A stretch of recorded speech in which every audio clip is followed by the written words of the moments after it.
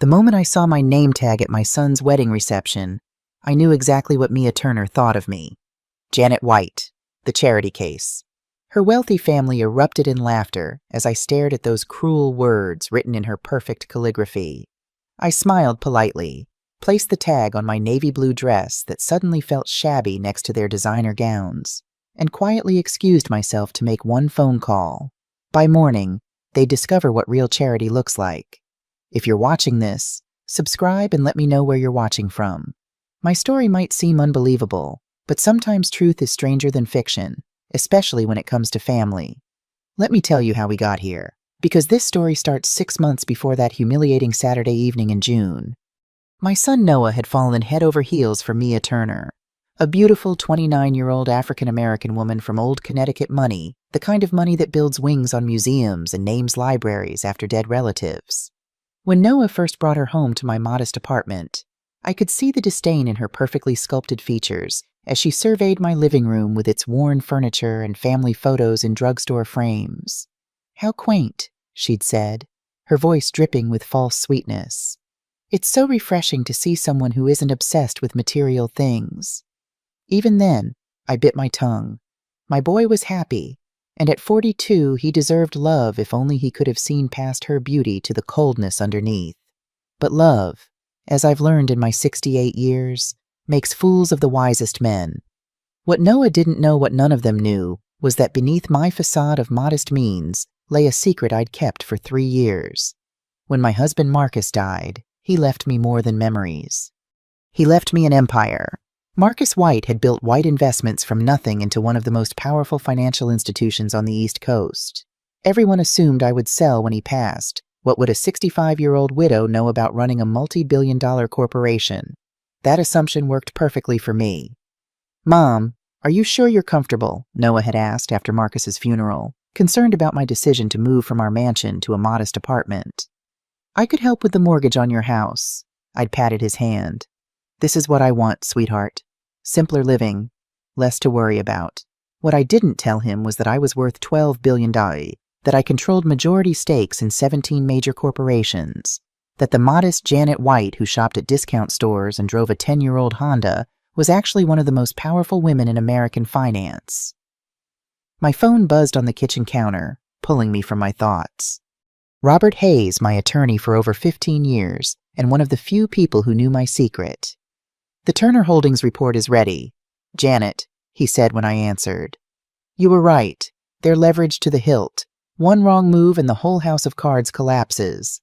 I thanked him and hung up, staring at the small potted plant Mia had brought as a housewarming gift when Noah first introduced us, a cactus.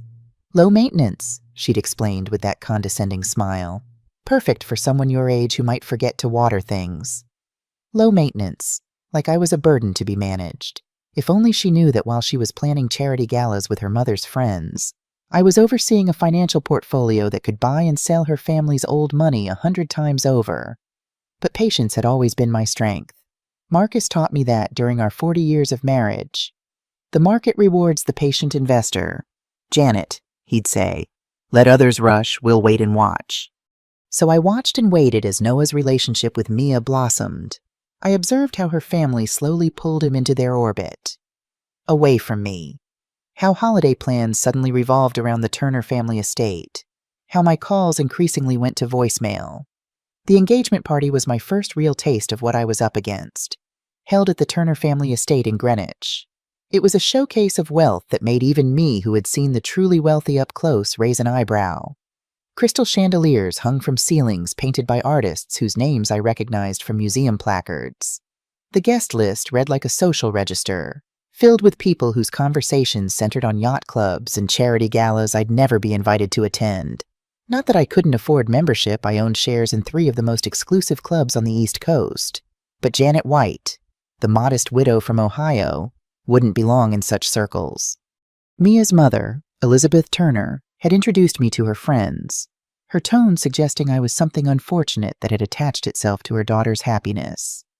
"She's from Ohio," she'd said, as if explaining an exotic disease. The way she said it made Ohio sound like a third-world country. But I played my part. I smiled, complimented the hors d'oeuvres, and pretended not to notice how conversations died when I approached. After all, I had my reasons for staying quiet. Some games require patience, and I've always been very, very patient.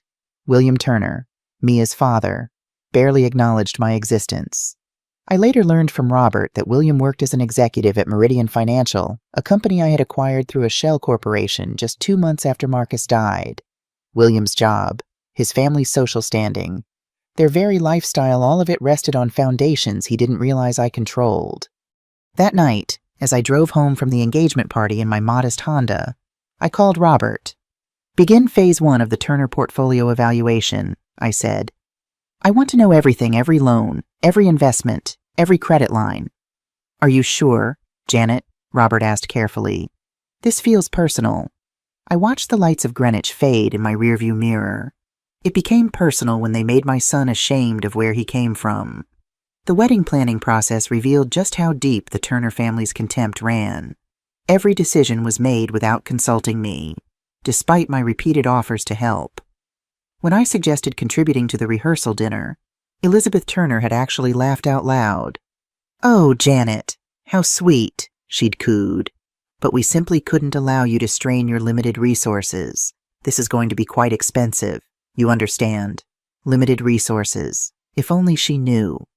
But I kept playing the role of the struggling widow, the woman who cleaned houses and took odd jobs to make ends meet.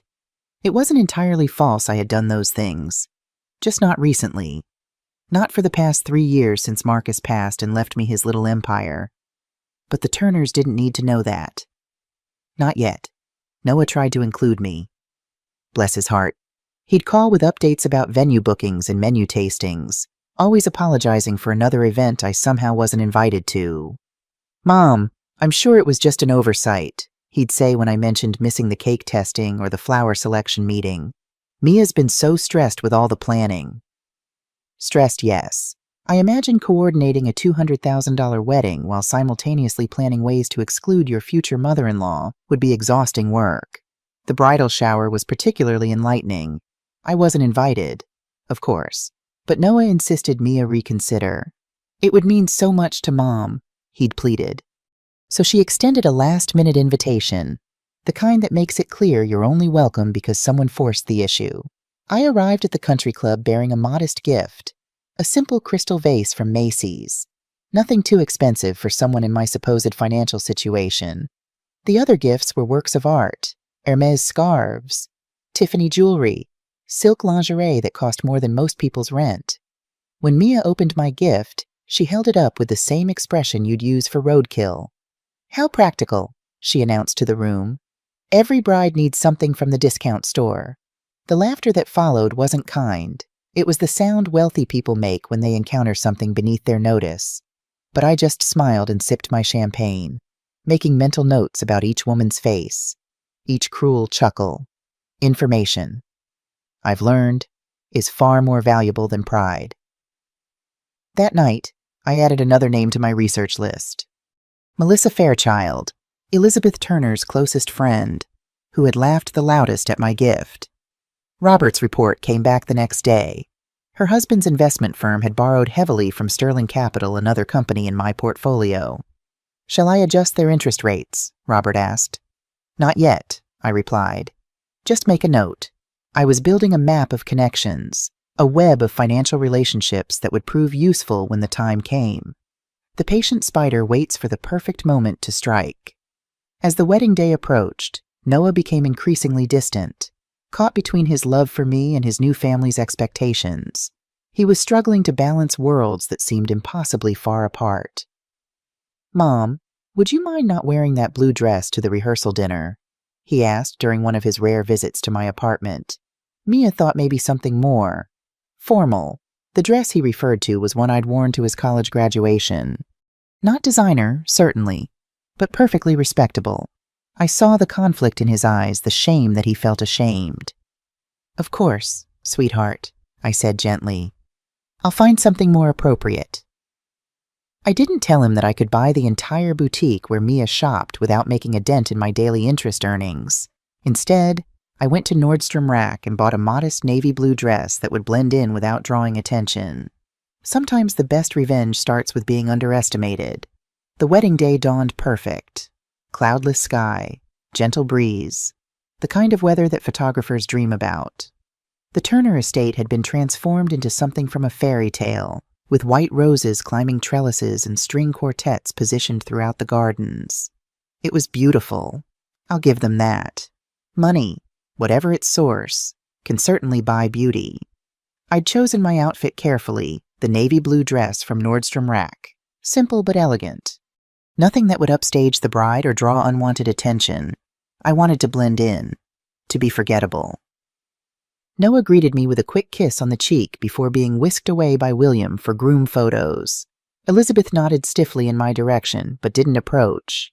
I was a ghost at my own son's wedding, visible, but not quite present. During the ceremony, I watched Noah's face as Mia walked down the aisle in her $15,000 Vera Wang gown. For a moment, I almost forgot my purpose, almost let myself believe that maybe I'd misjudged her, that love might soften her sharp edges. Then she caught my eye during the ring exchange and gave me a look that could freeze champagne. The reception was where everything unraveled. I'd found my table, number 12 naturally, tucked away near the kitchen doors with Noah's college roommates and their wives. Not with family.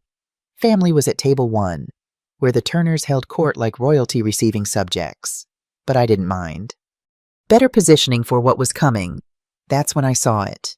The name tags at each place setting, written in Mia's perfect calligraphy. Most were simple Elizabeth Turner, William Turner, Noah White, but mine read Janet White, the charity case. The breath caught in my throat. Not from hurt I'd expected cruelty, but from the sheer audacity of it. She'd actually put it in writing. This woman who would soon discover that charity is a two-way street. Oh my goodness, Elizabeth gasped as she noticed my tag, her hand flying to her throat in mock horror. Mia, darling, surely this is some kind of mistake. But Mia's smile was razor sharp. No mistake at all.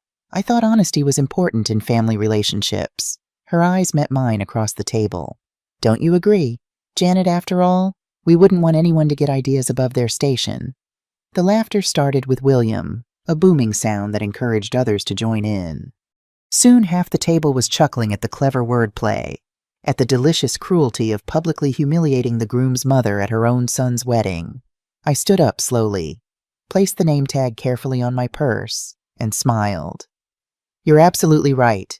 Mia, honesty is very important in family relationships. I think it's time for some honesty all around. Then I walked away. I found a quiet corner in the Turner Estate Library, surrounded by leather-bound books that probably cost more per volume than most people's car payments. The irony wasn't lost on me. Making the call that would change everything while surrounded by the symbols of their supposed superiority. My fingers didn't shake as I dialed. They should have, considering what I was about to set in motion, but I've never been one for dramatics, just cold, calculated action when the situation demands it. Robert, it's Janet. I know it's Saturday evening, but I need you to execute the Turner portfolio adjustments we discussed. All of them. Tonight. Robert Hayes has been my attorney for 15 years, since before Marcus died and left me his business empire. He's also one of the few people who knows exactly how much that empire is worth. When he cleared his throat on the other end of the line, I could hear the concern in his voice. Janet, are you certain once we pull those investments, there's no going back? The ripple effects will be significant. I'm very certain. I watched through the library window as wedding guests mingled on the terrace, champagne glasses catching the evening light like tiny suns. And Robert, activate the accelerated payment clauses on the Turner Holdings loans. All of them. A long pause. That will trigger immediate default proceedings. William Turner won't have 72 hours to respond. 48 hours should be sufficient. I thought about Mia's name tag, about the laughter, about 3 years of careful planning leading to this moment. After all, we wouldn't want to be unreasonable. And if they try to negotiate, I fingered the name tag in my purse, tracing the words charity case with my fingertip. Tell them the charity case sends her regards. After ending the call, I slipped back to the reception long enough to kiss Noah goodbye and congratulate the happy couple. Mia was radiant in her triumph. accepting compliments on her cleverness with false modesty that made my teeth ache. She had no idea she'd just triggered her own financial apocalypse. "Leaving so early?" she asked as I approached the head table. "But we haven't even cut the cake yet." "I'm sure you'll manage without me," I replied sweetly. "After all, you're so good at making do with less." Her laugh tinkled like breaking glass. "Oh, Janet, you're so funny. I do hope we can maintain this understanding between us." Understanding. Yes, we definitely had an understanding now. She understood that she could humiliate me publicly and face no consequences. I understood exactly who she was beneath the beautiful surface. What she didn't understand yet was who I was beneath mine. The next morning, I sat on my small apartment balcony with coffee and waited. By my calculations, William Turner would receive the first notification around 8 a.m. The banks don't waste time when billions are at stake. Even on Sundays, people always assume that money talks. But in my experience, it whispers. The real power lies in knowing which whispers to listen to and which ones to ignore.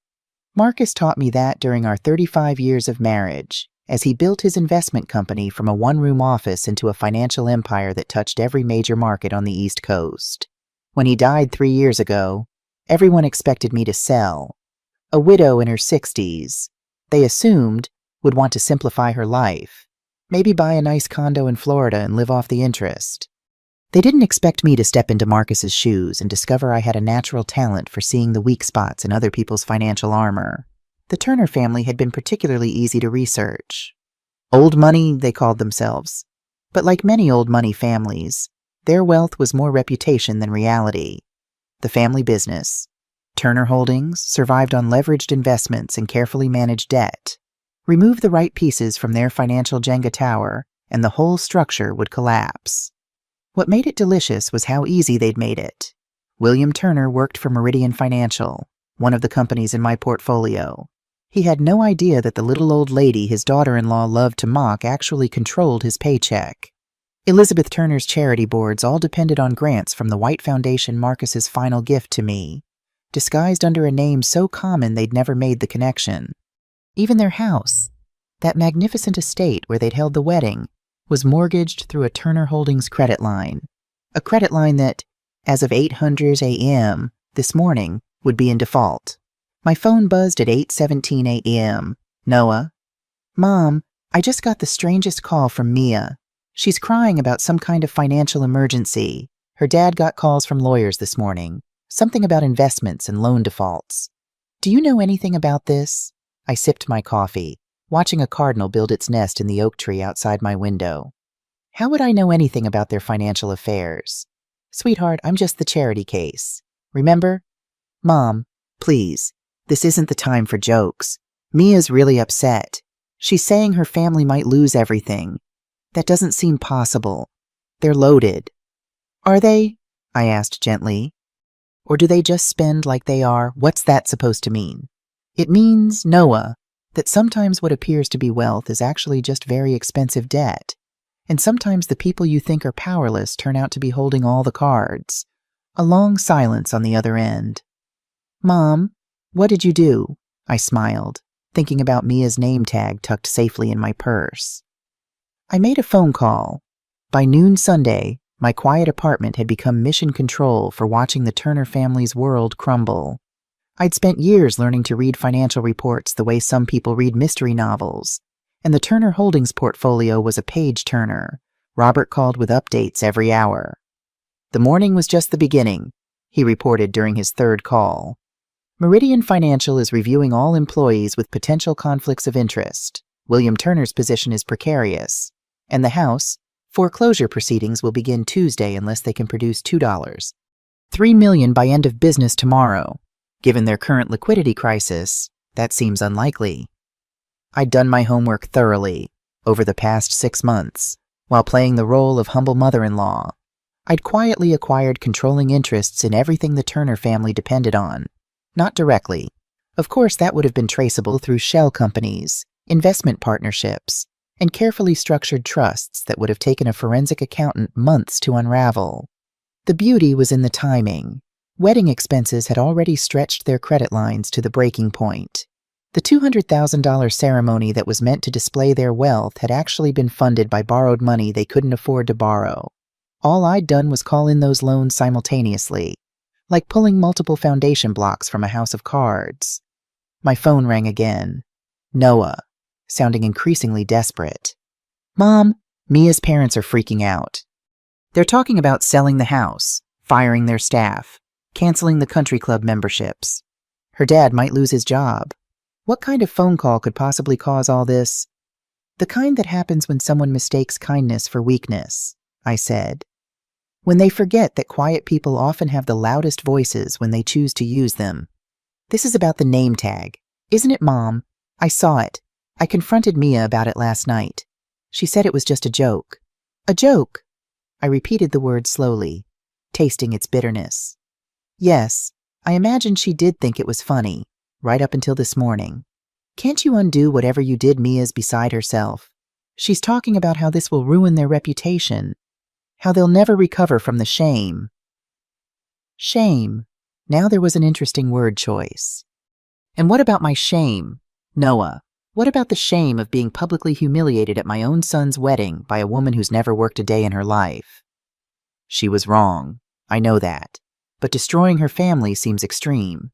I stood up, pacing to my small kitchen, where Marcus's picture still sat on the counter.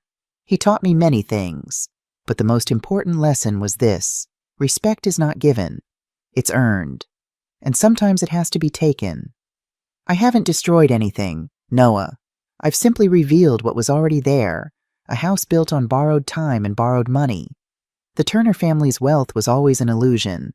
I just decided to stop pretending it was real. So what happens now? I looked at my reflection in the kitchen window, seeing not the charity case Mia thought she'd humiliated, but the woman I'd always been underneath Marcus's partner in every sense, his equal in business and in life. Now we see whether your wife is interested in learning about actual charity, because if she wants her family situation to improve, she's going to need some help. And as she so eloquently pointed out yesterday, I'm apparently in the charity business. Monday morning brought what I'd been waiting for, a phone call from Mia herself. Her voice was different now, stripped of its usual arrogance and replaced with something I'd never heard from her before: desperation. Janet, I need to speak with you. Could we meet for coffee? Of course, dear, I said sweetly. I always have time for family, even family who thinks I'm a charity case. The silence on the other end was telling. About that, she began, but I cut her off. Let's meet at Marlowe's Diner on 5th Street, 100. I assume you know where it is. It's not exactly your usual scene, but I'm sure you'll manage. Marlowe's was perfect for what I had planned: a working-class diner where a woman in designer clothes would stand out like a peacock in a chicken coop. When Mia arrived at exactly 100, she was almost unrecognizable. Gone was the perfectly styled hair and flawless makeup. She looked like she'd aged 5 years overnight, her eyes red-rimmed from crying. Thank you for meeting me, she said, sliding into the cracked vinyl booth across from me. Her hands shook as she picked up the laminated menu. I don't know what to order. I've never eaten at a place like this. The meatloaf special is excellent, I suggested. Very affordable. I imagine that's important to you now. She flinched at the word affordable, but nodded. When the waitress came over, a tired-looking woman about my age named Dolores, Mia could barely make eye contact. Interesting how wealth affected confidence. So, I said after we'd ordered, what can I do for you? Mia? She took a shaky breath. My father's going to lose his job. We might lose the house. Everything's falling apart. And I don't understand how this happened so fast. These things rarely happen fast, dear. They build up over time, like water behind a dam. Eventually, something gives way, and it all comes crashing down at once. Can you help us? The words came out strangled, like they physically hurt to say. I stirred sugar into my coffee, taking my time. Help you? I'm just the charity case. Remember, what could someone like me possibly do for someone like you? I was wrong to write that. I was angry and stupid, and I took it out on you. I'm sorry. Sorry. It was a start, but hardly enough. What exactly are you asking me to do? Mia? I don't know. Noah said you made some kind of phone call, that you might have connections. If there's any way you could help us, I'll do anything. Anything. Such a dangerous word to use with someone you've underestimated. Well, I said thoughtfully, I might know some people, but charity isn't free. Dear? There are always conditions. Hope flickered in her eyes. What kind of conditions?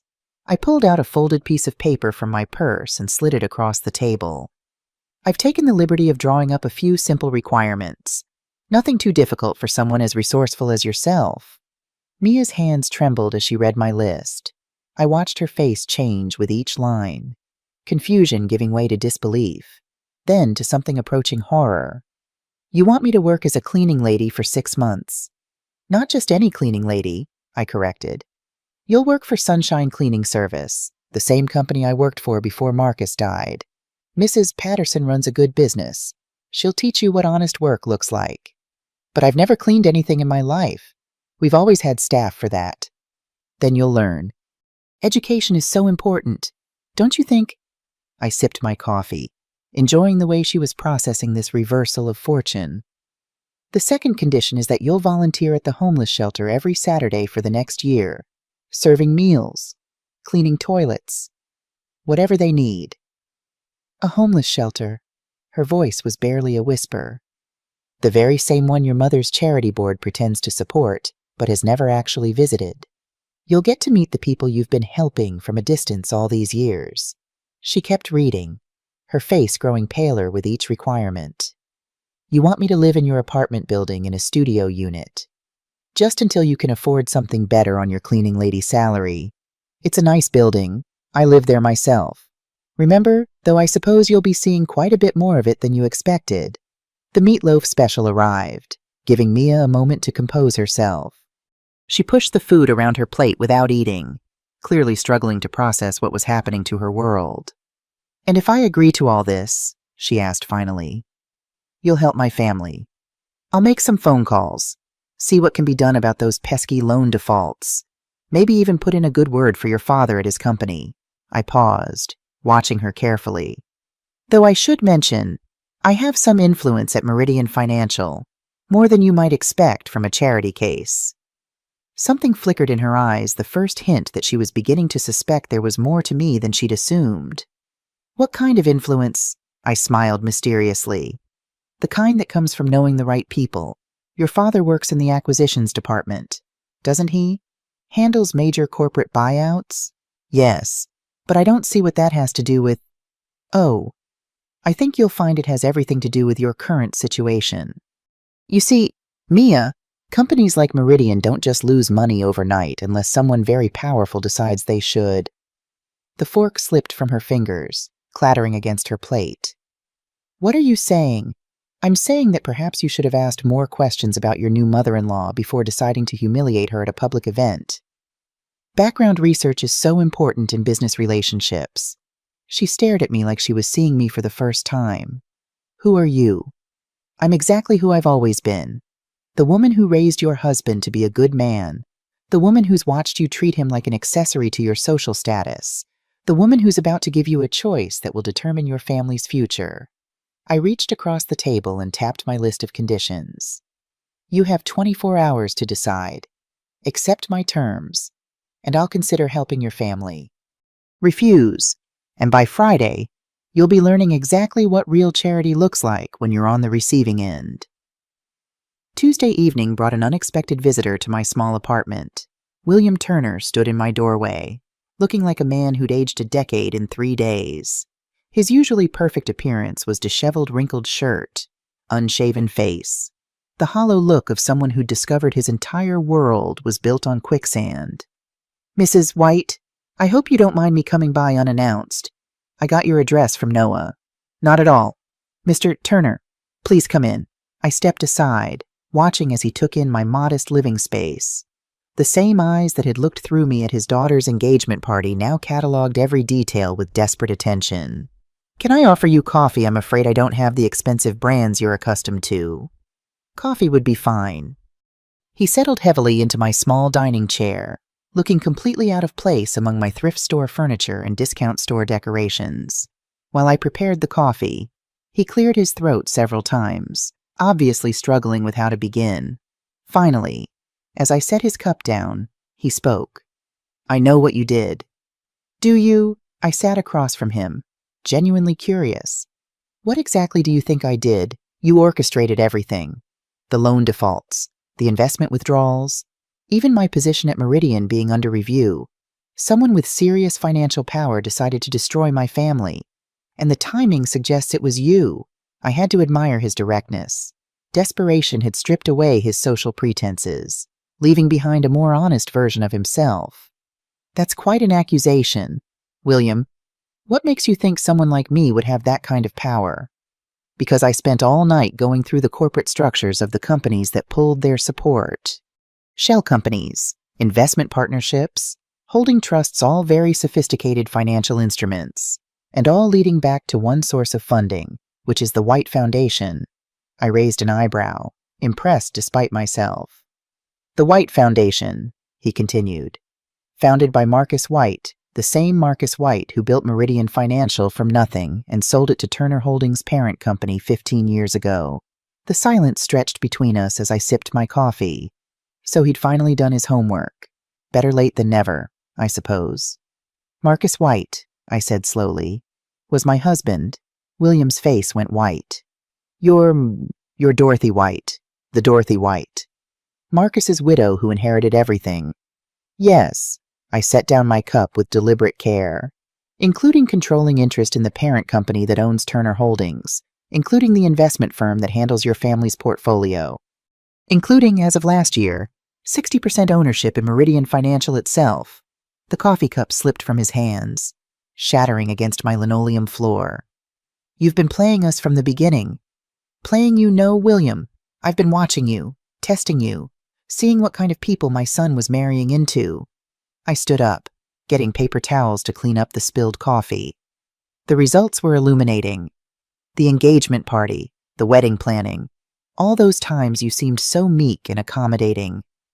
I was gathering information, learning about your family's character, your true financial situation, your values.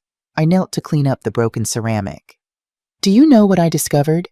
He shook his head, apparently beyond words. "I discovered that your daughter wrote charity case on my name tag at her own wedding, that your wife introduced me to her friends as something embarrassing she had to tolerate, that your entire family found it amusing to mock a woman they believed was powerless." I stood up, disposing of the broken pieces in my small trash can. "But most interesting of all, I discovered that none of you ever asked who I really was. You saw what you expected to see and never looked deeper. What do you want from us?" His voice was barely above a whisper. For the first time in our conversation, I smiled. "I want you to understand what charity really means, William. It means helping someone who can't help themselves. Someone powerless who needs assistance from someone with power." I walked to my purse and pulled out Mia's copy of my conditions list. "Your daughter has until tomorrow to give me her answer. I suggest you encourage her to choose wisely." The next afternoon, Mia arrived at my apartment with Noah in tow. My son looked confused and hurt, the expression of a man who was finally realizing his mother wasn't who he'd thought she was, and neither was his wife. "Mom," he said as they settled on my small couch, "Mia told me about your conditions. This is crazy. You can't seriously expect her to work as a cleaning lady." "Why not? It's honest work. I did it myself for 2 years after your father died, before I fully understood what he'd left me." Mia had been staring at her hands, but now she looked up. "You really cleaned houses. Every day. Scrubbed toilets, mopped floors, dusted furniture for people who treated me like I was invisible. It was humbling work, but it taught me something valuable about character." "What's that?" Noah asked. "It taught me that how you treat people you think are beneath you reveals everything about who you really are." I looked directly at Mia. "Your mother-in-law, the charity case, has been cleaning up other people's messes her whole life. The only difference now is that she has the power to choose whose messes she's willing to clean up." Mia's voice was barely audible. "I accept your conditions." Noah started to protest, but she held up her hand. No, Noah, she's right. I've been terrible to your mother, and I need to make it right. If working as a cleaning lady and volunteering at a homeless shelter is what it takes, then that's what I'll do. And the apartment, I asked, leaving your comfortable life to see how the other half lives. I'll do it all. Tears were streaming down her face now. I was wrong about everything. I thought money made me better than other people. But I was just hiding behind my parents' wealth. When it was gone, I realized I don't know how to do anything useful. I studied her face, looking for signs of deception, but saw only genuine remorse and fear. This isn't a punishment. Mia, it's an education. You're going to learn skills that money can't buy: empathy, humility, the satisfaction of honest work. And you'll really help my family if I do this. I'll do more than help them. I'll restore everything they've lost, and more. Your father will keep his job at Meridian. In fact, he'll receive a promotion. Your parents' house will be saved. The family reputation will be rebuilt stronger than before. Noah looked stunned. How can you promise all that?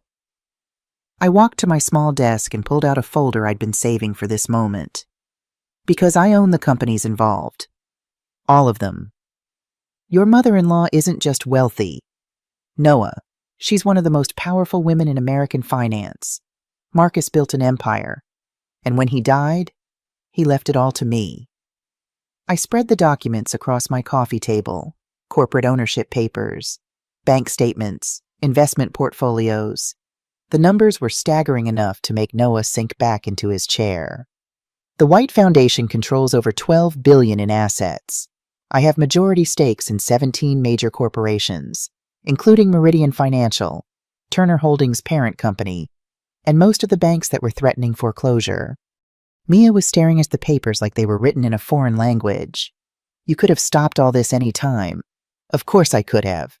But then, how would you have learned what really matters in life? This was all a test. I nodded. The most important test you'll ever take, and you failed it spectacularly when you wrote charity case on my name tag. But failure doesn't have to be final. Mia, sometimes it's just the beginning of real education. Noah was shaking his head in amazement. Mom, why didn't you ever tell me about any of this? Because I wanted you to love me for who I am, not what I own. Money changes people. Noah, it makes them see dollar signs instead of human hearts. I needed to know that my family loved Janet the person, not Janet the billionaire.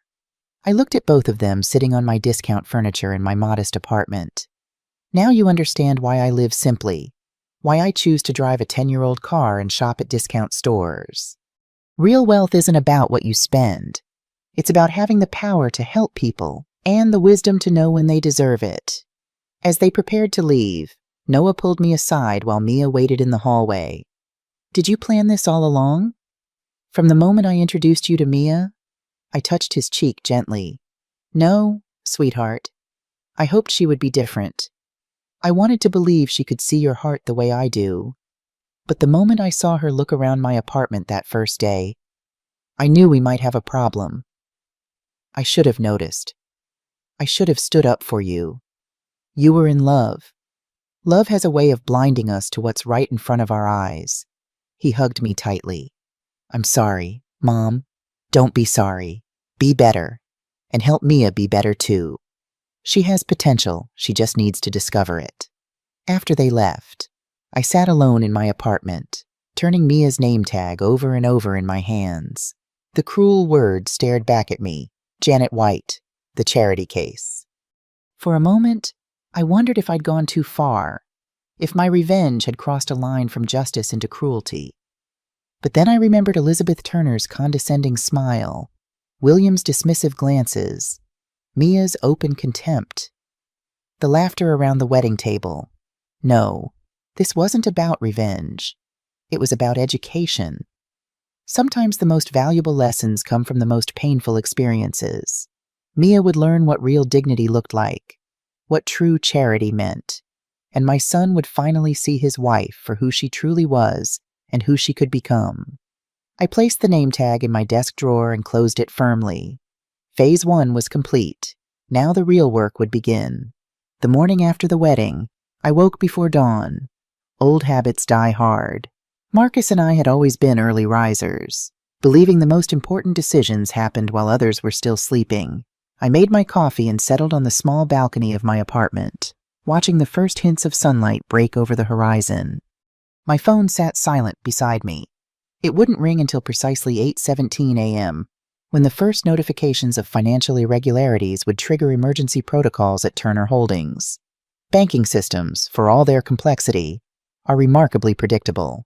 I opened my laptop and logged into the secure server Robert had set up for me. The dashboard displayed a complex web of financial connections, a digital map of the Turner family's entire economic universe. Every investment, every loan, every line of credit, all of it hanging by threads I controlled. This wasn't a decision I'd made lightly or quickly.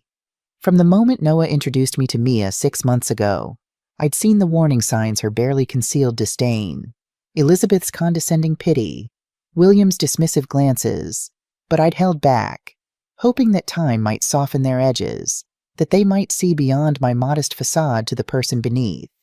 The name tag had simply been the final confirmation of what I already knew.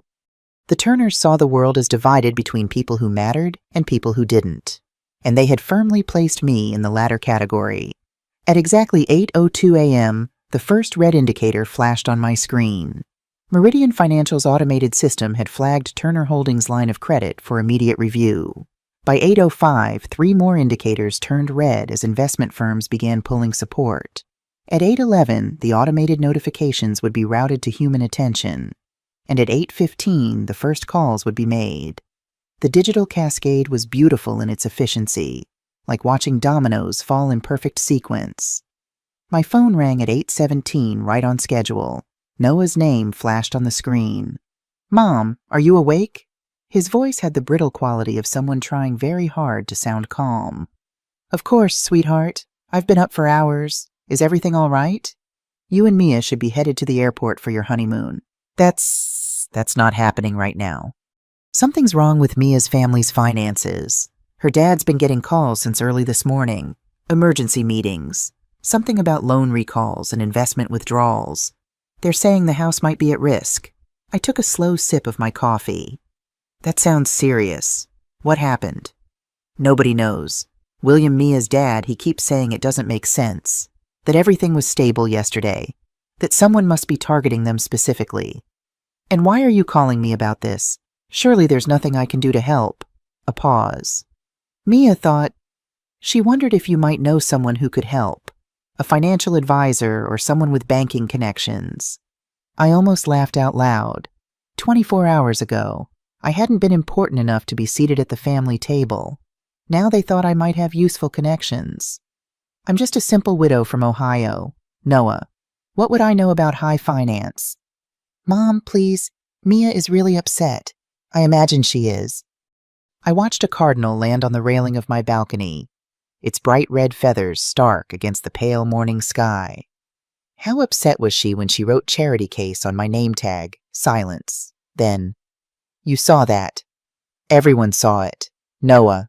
That was rather the point. Wasn't it public humiliation tends to have an audience? She said it was just a joke. Mom. In poor taste. Sure. But some jokes reveal more truth than the person telling them intends. I set my coffee cup down with deliberate care. "Tell Mia I'll meet her at Marlowe's diner at 1 o'clock. Just her, not her parents. If she wants my help, she can ask for it directly. Marlowe's that greasy spoon on 5th, why not someplace nicer? Because Marlowe's is where I can afford. Noah, I'm just a charity case, remember?" I hung up before he could respond, turning my attention back to the financial dashboard. The digital dominoes continued to fall. By noon, William Turner would be summoned to an emergency meeting with the board of Meridian Financial. By 3, the family would receive formal notice of foreclosure proceedings on their estate. By tomorrow morning, their entire financial facade would crumble. Unless, of course, someone intervened. My phone buzzed with a text from Robert. "Phase 1 complete. Turner Holdings credit freeze in effect. Awaiting your instructions for Phase 2. I typed back, "Proceed as planned. No exceptions." Throughout the morning, I watched through my digital window as the Turner family's world imploded. Their stock portfolio lost 37% of its value in targeted sell-offs. Their primary bank froze their assets pending an investigation into irregular activities. Meridian Financial placed William on administrative leave while they reviewed his position. It wasn't personal, not for the banks or the investment firms or the credit agencies. For them, it was simply business. Numbers on a spreadsheet. Risk assessments and liability calculations. They had no idea they were all moving in concert, puppets dancing on strings I controlled.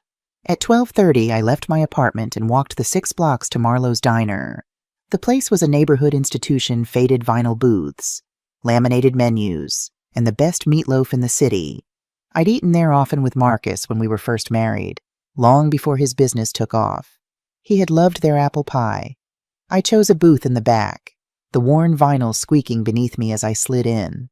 Dolores, who had been waiting tables here since before I became a regular, brought me coffee without asking.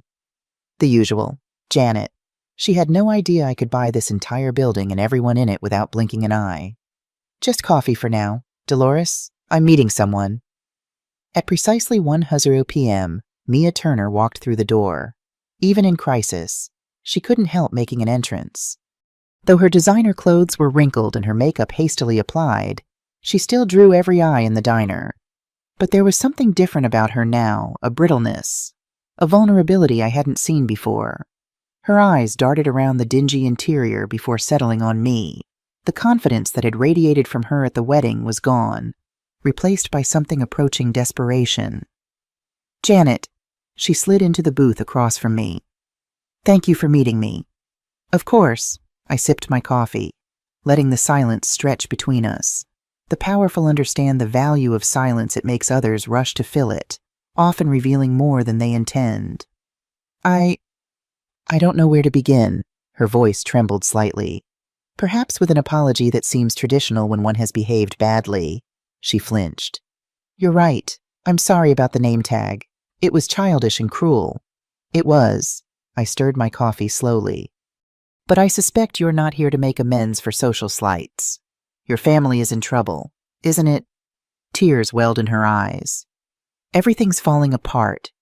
Dad's job, the house, our accounts, it's all frozen or being called in. No one will explain why. It's like someone flipped a switch and turned everything off at once. How unfortunate. Mom thinks we're being targeted. Dad spent all night going through financial records, trying to figure out what happened. He says it's not random that someone with significant financial power is deliberately attacking us. I raised an eyebrow. And why would anyone do that? I don't know. The tears spilled over now. We haven't done anything to anyone. We're good people. Janet, are you... I set my cup down carefully. Good people who mock those they consider beneath them, who write charity case on a mother's name tag at her son's wedding, who exclude family members from celebrations because they don't fit the right social profile. She stared at me, realization slowly dawning in her eyes. It's you. You did this. Did what? Exactly. This financial attack. Somehow, you made this happen. I smiled for the first time. What makes you think I could possibly have that kind of power? I don't know. But the timing, right after the wedding, she leaned forward, her voice dropping to a whisper. Who are you? Really? I'm exactly who I've always been. Mia, Noah's mother, a widow, a woman who understands the value of respect and the cost of underestimating people. Dolores appeared at our table. Ready to order, ladies? Mia glanced at the menu, clearly flustered. I'll have whatever she's having. 2 meatloaf specials. Then, Dolores said, scribbling on her pad. Still the best in the city. Janet, your Marcus always said so. After she left, Mia stared at me. You're a regular here. They know you. I've been coming to Marlowe's for 40 years, long before Marcus became successful. We ate here twice a week because it was all we could afford. Some people forget where they came from when they achieve success. Others never forget. Marcus, your husband, was he? Marcus White founded White Investments. When he died, he left me controlling interest in 17 major corporations, including Meridian Financial, your father's employer, and the parent company of Turner Holdings. The blood drained from Mia's face. You're that Janet White, the widow of Marcus White. But that would mean you're worth approximately $12 billion, depending on the market. Yes. But you live in that small apartment. You shop at discount stores. You drive a Honda that's 10 years old. Money doesn't define who I am. Mia, it never has. Character does that. She sat back, the full weight of understanding finally hitting her. All this time, we thought you were... And you were actually... I was exactly who I presented myself to be, a mother who loved her son. The money was irrelevant, or it should have been. Dolores brought our food, the plate steaming with meatloaf, mashed potatoes, and green beans. Mia stared at it like she'd never seen food before. "Why didn't you tell us?" she whispered when Dolores left. "Would it have mattered? Would you have treated me differently if you'd known I was wealthy? And if so, what does that say about you?" She had no answer for that. "What happens now?" she finally asked. I reached into my purse and pulled out a folded document. "Now you have a choice." "What is this?" "A proposal. I can make all your family's problems disappear. The frozen accounts. The foreclosure notice. Your father's job, I can fix everything with a single phone call." Hope flickered in her eyes. "You would do that after how I treated you?" "I might, under certain conditions." "What conditions?" I slid the paper across the table.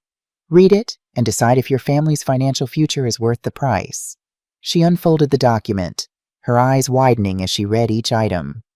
"You want me to work as a cleaning lady for 6 months.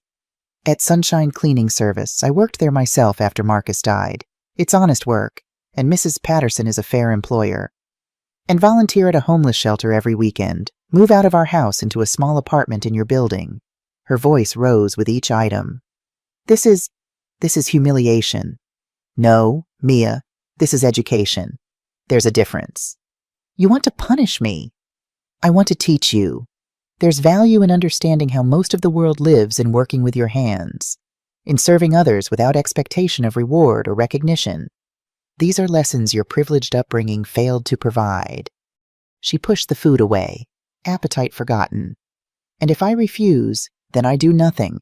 I don't accelerate your family's financial collapse, but I don't prevent it either.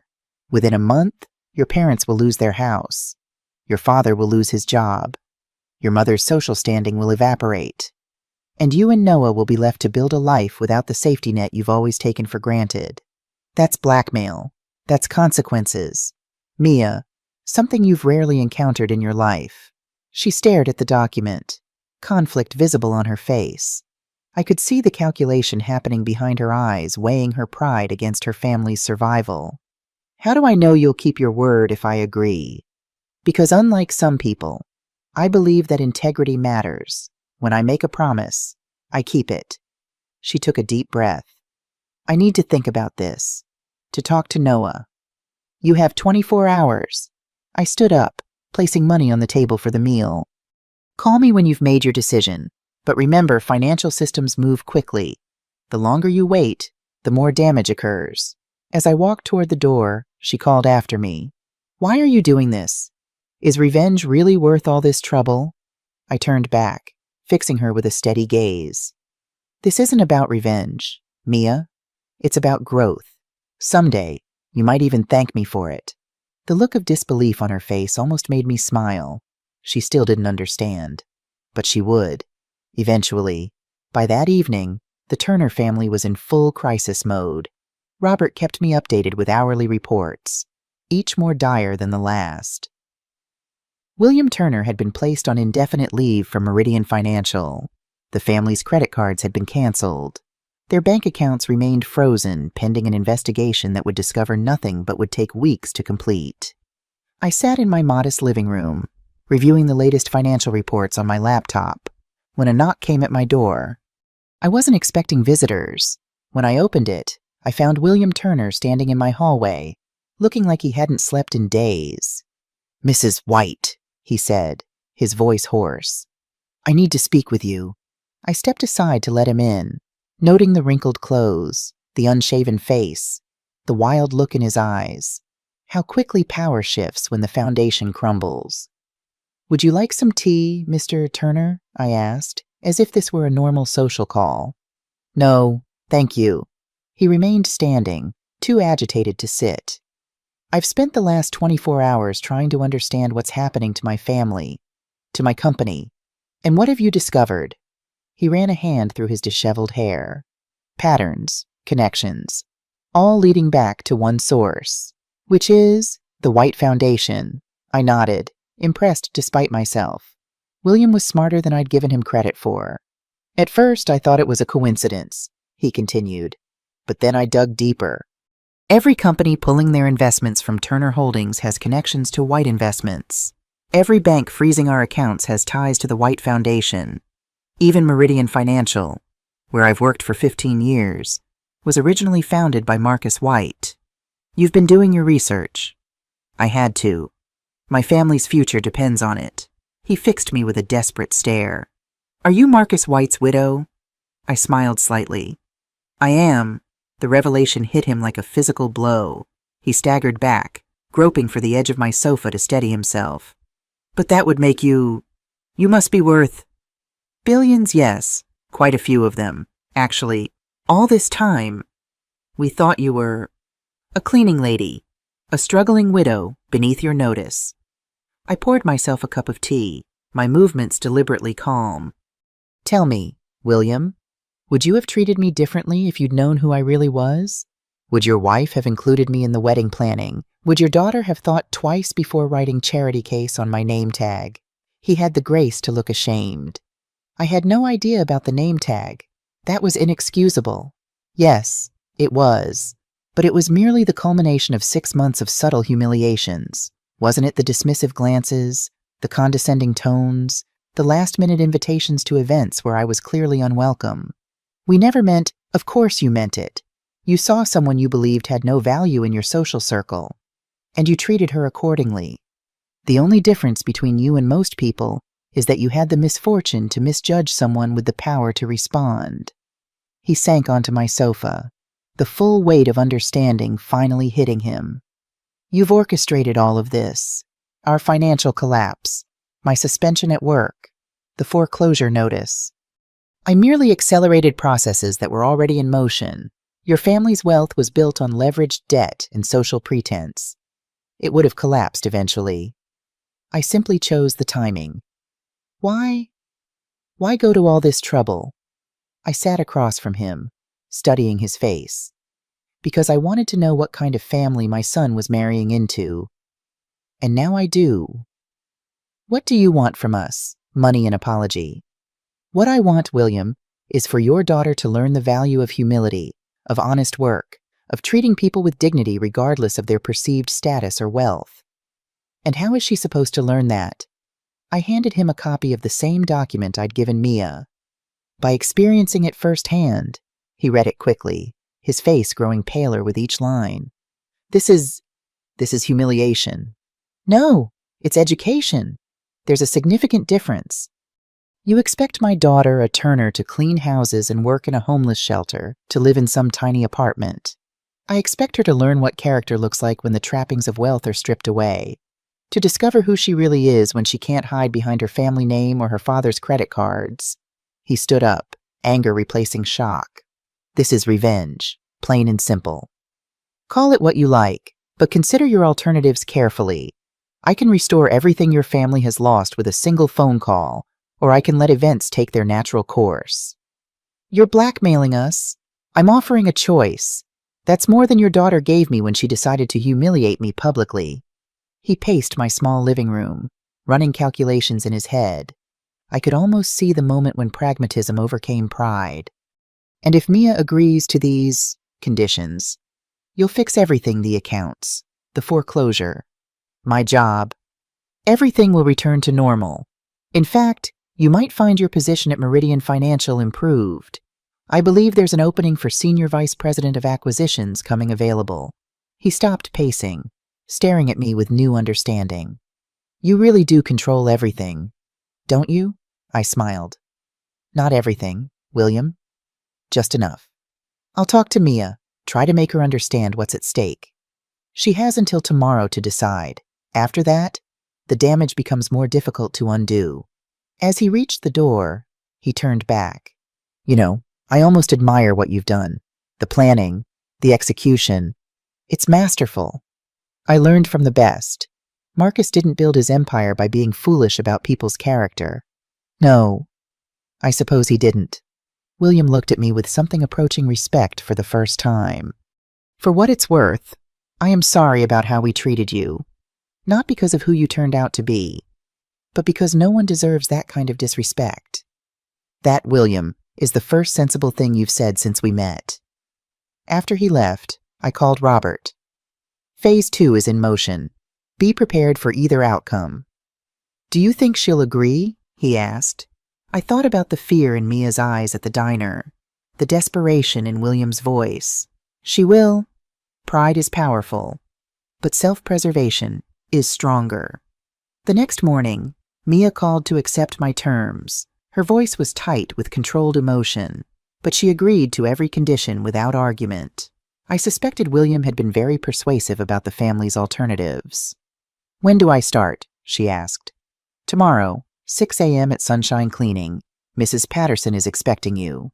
Pack only what you need for the apartment clothes, toiletries, personal items, no luxury goods, no electronics except a basic phone. I've arranged for the apartment to be furnished with necessities. This feels like punishment. Think of it as an opportunity. Mia, 6 months from now, you'll be a different person. Whether that's better or worse is entirely up to you. That evening, Noah came to see me alone. He'd been caught in the middle of this situation, torn between loyalty to his new wife and confusion about his mother's unexpected power. Is this really necessary, Mom? He asked after I'd explained everything. Couldn't you just accept an apology and move on? Would it be a genuine apology, Noah, or just words spoken to appease someone they now know has power over them? He had no answer for that. Your wife needs to learn some fundamental truths about character and dignity. These aren't punishments I'm imposing, they're opportunities for growth. And if she doesn't grow, if she just resents you more, I took his hand. Then at least you'll know who she truly is before you build a life with her. Sometimes the most valuable gift we can give someone is clarity. I love her, Mom. I know you do. And if she's worthy of that love, these 6 months will prove it. As he was leaving, he hugged me tightly. I'm sorry I didn't see what was happening, that I didn't stand up for you at the wedding.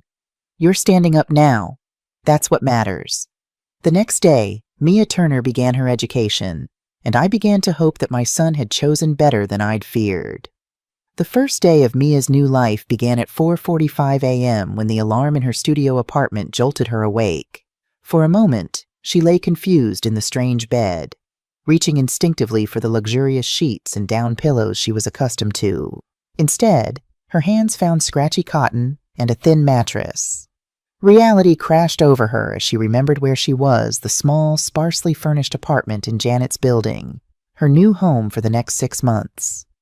The night before, Noah had helped her move in, carrying the 2 suitcases containing the only possessions she was allowed to bring: basic clothes, toiletries, a few photographs, no designer labels, no jewelry except her wedding ring, no credit cards or electronics besides a simple flip phone Janet had provided.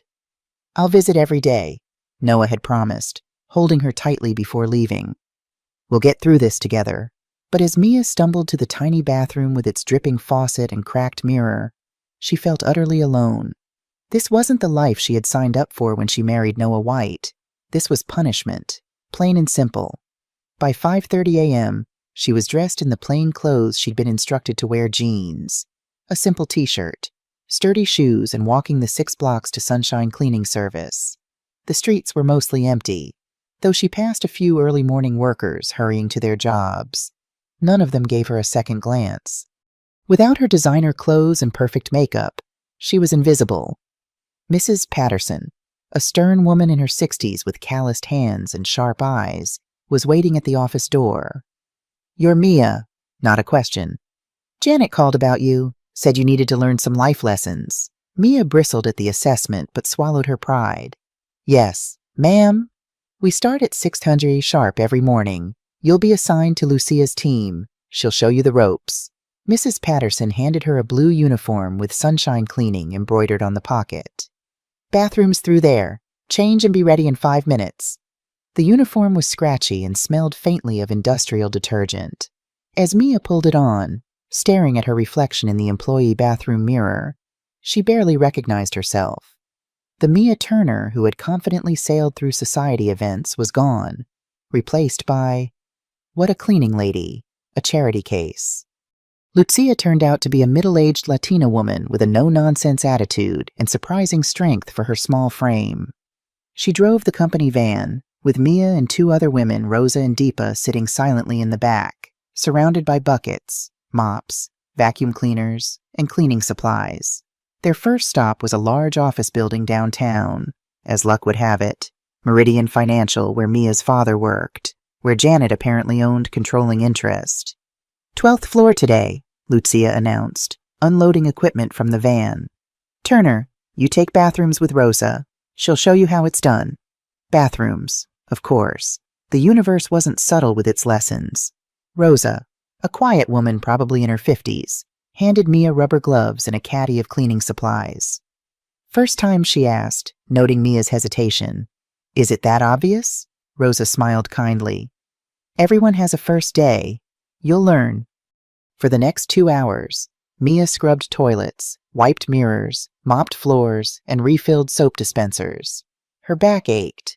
Her hands, despite the gloves, were red and raw.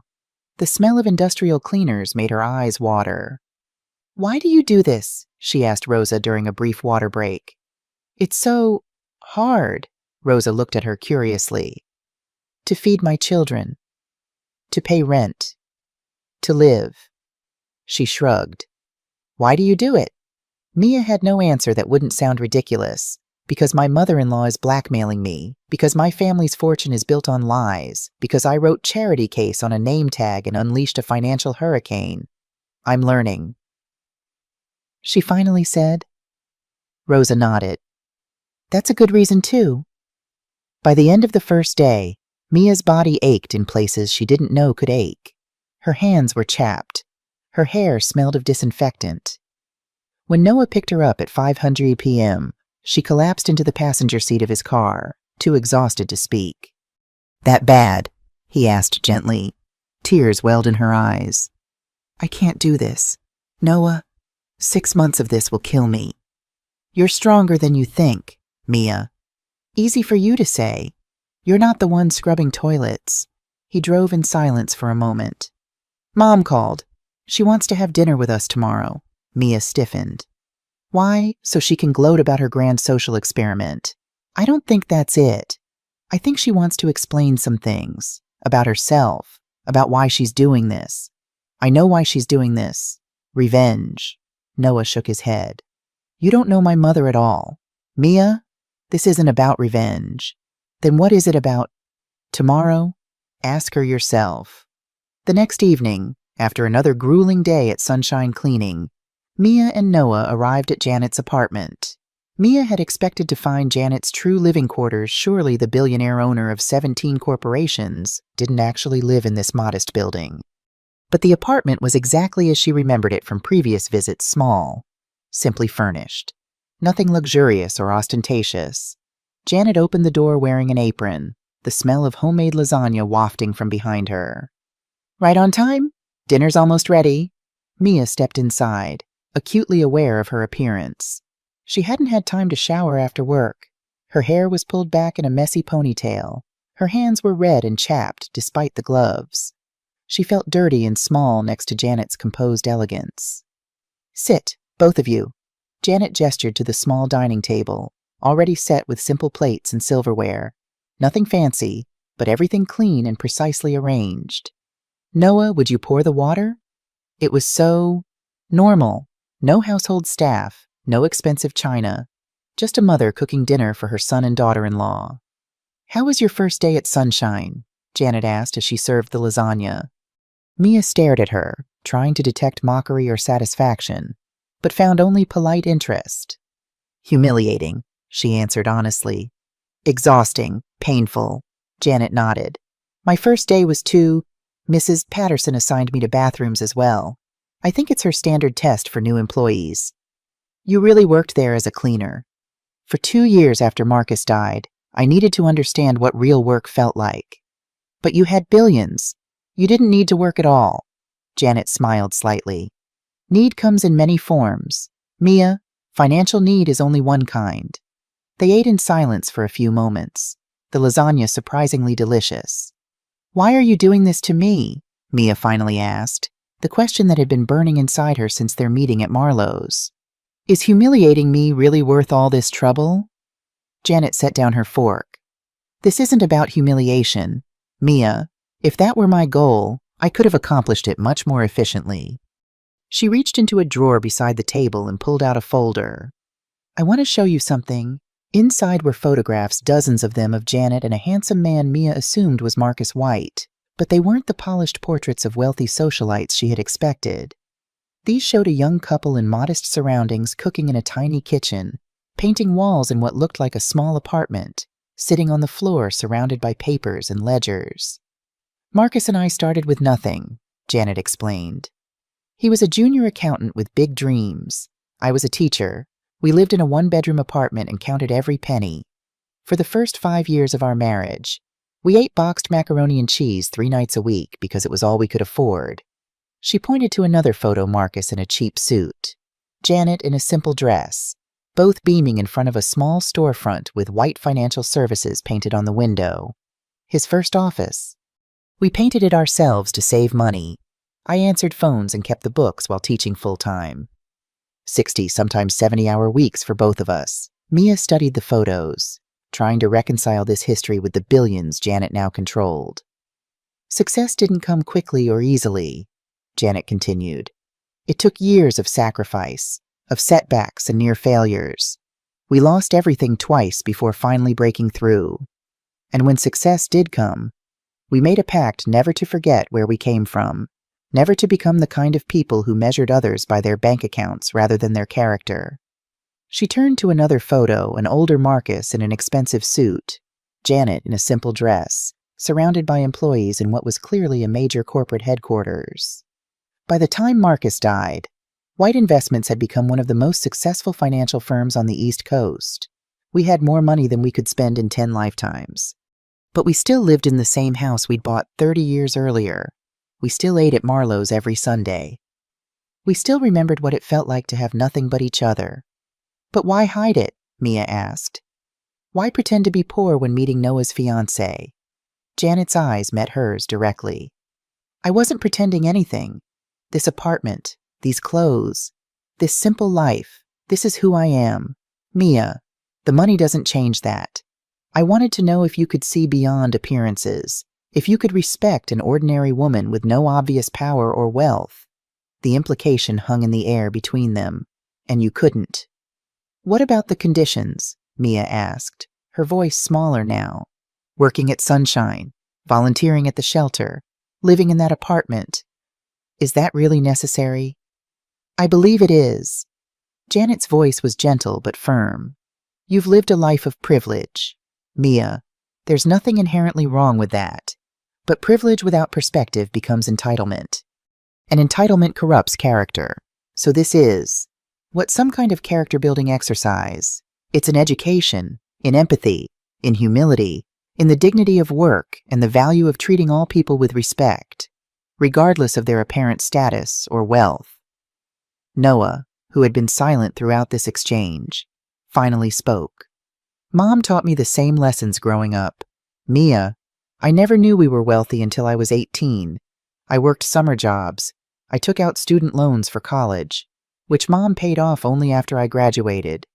You're both crazy, Mia said, but without the heat she'd felt earlier.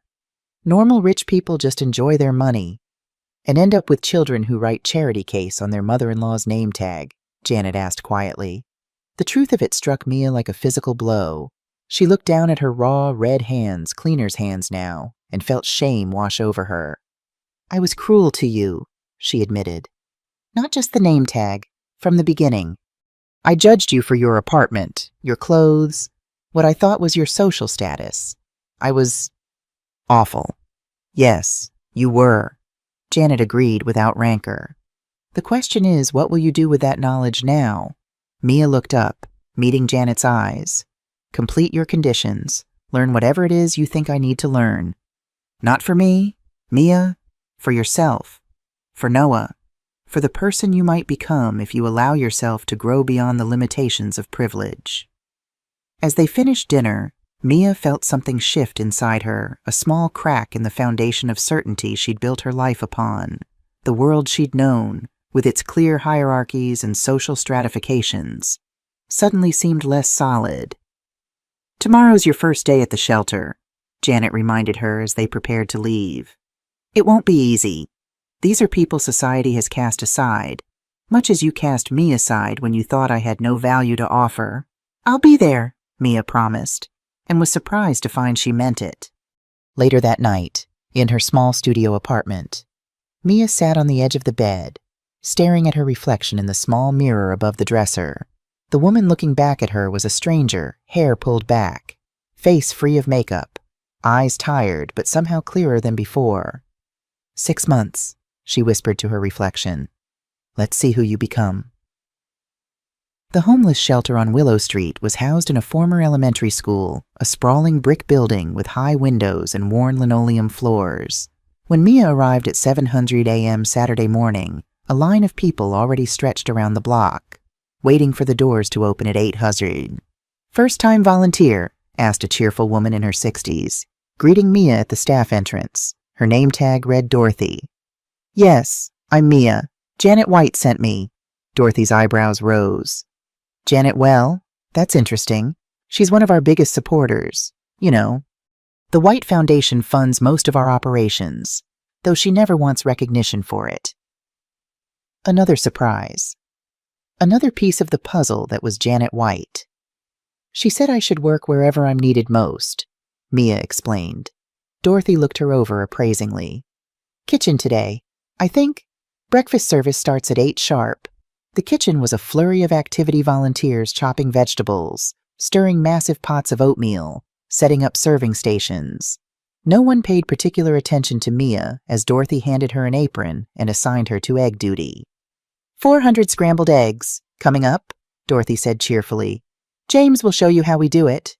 James turned out to be a tall black man in his 40s with kind eyes and a quiet demeanor. "First time?" he asked as he showed Mia how to crack eggs efficiently into the industrial-sized mixing bowls. "Is it obvious?" He smiled. "The designer jeans and manicure are a bit of a tell. But don't worry, both will be history by the end of the day." He was right. By noon, Mia's carefully manicured nails were chipped beyond repair, her jeans splattered with food stains, and her arms aching from stirring, serving, and cleaning. But something else was happening too, a curious feeling of satisfaction as she watched people receive their meals, many nodding thanks or offering quiet words of gratitude. During the brief lull between breakfast and lunch service, Mia collapsed onto a folding chair in the break room, massaging her aching shoulders. "First days are the hardest," James said, handing her a cup of coffee. "It gets easier. You've been volunteering here long." A shadow crossed his face. "I was a guest here first, 3 years ago, after I lost my job, my house, everything. The shelter gave me a place to sleep, food to eat, and eventually, a purpose." Mia stared at him, reassessing. Nothing in his demeanor suggested homelessness. He was well-spoken, confident, clearly capable. "What happened?" she asked before she could stop herself. "Life happened," he shrugged. "I was a financial analyst at Turner Holdings. Actually, when they downsized in 2021, I was among the first to go. Couldn't find work. Burned through my savings. Wife left. Spiral continued from there. Turner Holdings, her family's company. The company that had cast this man aside without a second thought. "I'm sorry," she said, the words feeling woefully inadequate. "Don't be. Best thing that ever happened to me, in a way. Forced me to reassess what really matters." Before she could respond, a commotion erupted from the main hall. A child's voice, high and distressed, rose above the general murmur. "I want my book. It was right here. Someone took my book." Mia followed James to the source of the disruption. A little girl, no more than 7 or 8, was searching frantically under tables and chairs, tears streaming down her face. Maria, James said gently, kneeling beside her. What's wrong? My book is gone. The one with the princess, I left it right here. And now it's gone. The child was distraught, her small body shaking with sobs. We'll find it, James promised. This is Mia. She's going to help us look. Maria looked up at Mia through tear-filled eyes. Will you? It's the only book I have. Something cracked open in Mia's chest, a feeling she couldn't name. She knelt down to the child's level. Of course we'll find it. What does it look like? It's blue, with a silver princess on the front. My dad gave it to me before he went away. For the next 20 minutes, Mia, James, and Maria searched every corner of the shelter. They found many things: a worn teddy bear, several socks, even a set of dentures, but no blue book with a silver princess. Maria's hope was visibly fading when Mia spotted a young boy in the corner, leafing through a book that matched the description. She approached carefully. Hi there. Is that your book? The boy, maybe 5 years old, clutched it protectively. I found it. I think it might belong to Maria. She's very sad that it's missing. He scowled. I don't have any books. This one has pictures. Mia sat beside him. I understand. Books with pictures are special, but this one is special to Maria too. Her dad gave it to her. The boy considered this. My dad's gone too. I'm sorry to hear that. Mia was surprised to find she genuinely meant it.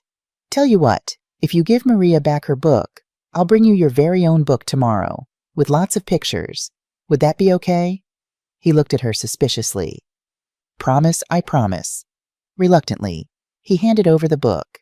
Mia returned it to Maria, whose face lit up with such joy that Mia felt an unexpected warmth spread through her chest. Thank you. Maria threw her arms around Mia's waist. You're my hero. Such a simple act. Such profound gratitude. Mia had spent thousands on designer handbags without feeling a fraction of the satisfaction this child's happiness gave her. Later, as the lunch service began, Maria stayed close to Mia, chattering away in a mixture of English and Spanish. Do you speak Spanish? Mia asked as she served mashed potatoes to the line of shelter guests. Maria nodded proudly. My mama teaches me. She says I must remember where we come from. That's very wise. Could you teach me some words? Maria's eyes widened with delight. You want to learn very much. And so, between serving meals and wiping tables, Mia received her first Spanish lesson from a 7-year-old homeless girl. By the end of the day, she could count to 10, say please and thank you, and ask simple questions. You'll come back next week? Maria asked as she and her mother prepared to leave the shelter. Mia looked into the child's hopeful eyes and found she couldn't imagine not returning. Yes, and I'll bring books. For you and for the little boy. Promise, promise. On the bus ride back to her apartment, another new experience. Mia had never used public transportation before. She found herself thinking about Maria, about James, about all the people she'd served that day. People she would have previously walked past without a second glance. People with stories, with dignity, with value that had nothing to do with bank accounts or social status. When she arrived at her studio apartment, Noah was waiting outside her door with a small gift bag. How was it? He asked, kissing her cheek. Exhausting, eye-opening. I can't even describe it. She unlocked the door, leading him into the tiny space. I met this little girl, Maria. She's living at the shelter with her mother. She taught me Spanish today. Noah smiled. You sound different. I feel different. She sank onto the bed, muscles aching from the day's work. Your mother is either a genius or completely insane, possibly both. She has a way of seeing through people, of understanding what they need, not what they want. And I needed to scrub toilets and serve food to homeless people. Apparently, he handed her the gift bag. This is from her, by the way. Inside, Mia found 3 children's books, beautifully illustrated stories in both English and Spanish, and a note in Janet's precise handwriting. For Maria and the little boy, the beginning of your library project, perhaps Jay. Tears sprang to Mia's eyes. How did she know? Mom has always been 3 steps ahead of everyone else. It used to drive my father crazy. Noah sat beside her, taking her hand. Are you okay with all this? Really? Mia considered the question seriously. A week ago, she would have been plotting revenge, looking for ways to escape Janet's conditions, seething with resentment. Now, I think I need this, she admitted finally. As much as I hate to admit it, your mother might be right. About me. About what I need to learn. Noah squeezed her hand. That's the first step, recognizing there might be something to learn. That night, after Noah left, Mia lay awake in her narrow bed, staring at the cracked ceiling of her studio apartment. She thought about her former life, the designer clothes, the social events, the casual cruelty toward those she considered beneath her. She thought about Janet living simply despite her billions, working as a cleaner after her husband died, quietly funding the homeless shelter without seeking recognition. She thought about Maria finding joy in a recovered book, generously sharing her language with a stranger. And for the first time, Mia Turner felt the stirrings of shame for who she had been and curiosity about who she might become.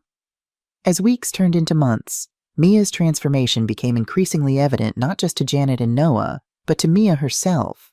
Her hands, once perfectly manicured, now bore calluses from honest work. Her designer wardrobe gathered dust while she lived in practical clothes suitable for cleaning and serving. Her vocabulary expanded with Spanish phrases taught by Maria, whose weekly Spanish lessons had become the highlight of Mia's Saturdays at the shelter. 3 months into her education, Mia faced her first major test when Elizabeth Turner unexpectedly appeared at the homeless shelter on a Saturday morning. Mia was in the middle of helping Maria organize a small library corner they had created together, a project inspired by Janet's gift of books. Every week, Mia brought new volumes, and the collection had grown to over 50 books, carefully arranged on shelves Noah had built and installed. Mia, Elizabeth's shocked voice cut through the cheerful chatter of the shelter. Is that really you? Mia looked up to see her mother standing in the doorway, impeccably dressed in a Chanel suit, looking as out of place as a peacock in a chicken coop. Several shelter guests stared openly at the elegant woman with her designer handbag and perfectly coiffed hair. Mom, what are you doing here? Mia rose from where she'd been sitting cross-legged on the floor with Maria. Elizabeth's gaze traveled from Mia's simple jeans and t-shirt to her bare face and practical ponytail, then to the little girl clutching Mia's hand. I had to see for myself, she said, her voice tight with emotion. Your father said you were working here, but I couldn't believe it. Mrs. Turner, Dorothy approached with a welcoming smile. I'm Dorothy, the shelter coordinator. Are you here to volunteer too? We can always use more hands. Elizabeth blinked, clearly unaccustomed to being mistaken for staff rather than a patron. No, I'm just here to see my daughter. Oh, we love your Mia, Dorothy beamed. She's become indispensable around here. Started our library program, helps with English and Spanish lessons. Even organized our new clothing donation system. Pride and confusion battled on Elizabeth's face. That's nice. Mia, could we speak privately? Mia squeezed Maria's hand. I'll be back to finish our story. Okay, why don't you practice reading the first page to show me how much you've learned? Maria nodded solemnly. I'll practice very hard, Miss Mia. Mia led her mother to the small staff break room, acutely aware of the contrast between them, Elizabeth in her $1,000 outfit, Mia in clothes that together cost less than $50. What's going on? Mia, Elizabeth demanded the moment they were alone. Your father says you're living in some tiny apartment, working as a cleaning lady, spending your weekends in this place? She gestured vaguely at their surroundings. This isn't you. Actually, Mom, I think this might be more me than the person I was before. Elizabeth stared at her daughter as if she'd grown a second head. Has Janet White brainwashed you? Is this some kind of Stockholm syndrome? Mia sighed. No, Mom. This is me learning some hard truths about myself, about our family. What truths that we raised you to be successful, to have standards, to maintain our position in society. That you raised me to judge people by their bank accounts instead of their character, to treat those I considered beneath me with contempt, to write charity case on my mother-in-law's name tag because I thought she was poor. Elizabeth flinched at the direct reference. That was unfortunate, But this punishment is extreme. It's not punishment. Mom, it's education. Mia echoed Janet's words, finding they now resonated with her own experience. I've learned more about myself in the past 3 months than in the previous 29 years. By cleaning toilets, by associating with... Elizabeth lowered her voice, glancing toward the door. Homeless people. Yes. Mia met her mother's gaze steadily. That little girl out there, Maria, she's teaching me Spanish. Her mother has 2 master's degrees but lost everything when her husband died. The man who runs our dinner service was an executive at an investment firm before the market crash. These are people. Mom. Real people with stories and dignity and value. Elizabeth's expression hardened. I see Janet has done a thorough job on you. Well, this has gone on long enough. Your father's position at Meridian has been restored. Our accounts are unfrozen. The foreclosure notice has been withdrawn.